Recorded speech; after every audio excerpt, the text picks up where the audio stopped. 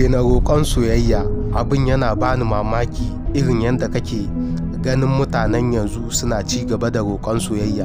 Ka zo wajen mutum ka gaya mai cewa kana son shi da gaske, amma shi ya nuna maka jar fitila, ya nuna maka shi baya son ka, ya nuna maka shi baya ra'ayinka. Kai kuma a wannan lokacin maimakon ka fita da batun shi ka je ka nemi wani, a'a gani kake in ba shi babu wani kuma da za ka iya samu a cikin rayuwarka.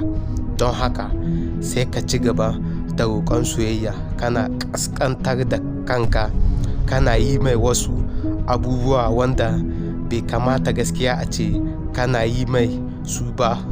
Wannan kana rage ma kanka daraja. Daga lokacin da ka gane idan wancan ya ce baya son ka, wani zai ce yana son ka, daga wannan lokacin hankalinka zai kwanta. Kada ka taɓa roƙon soyayya.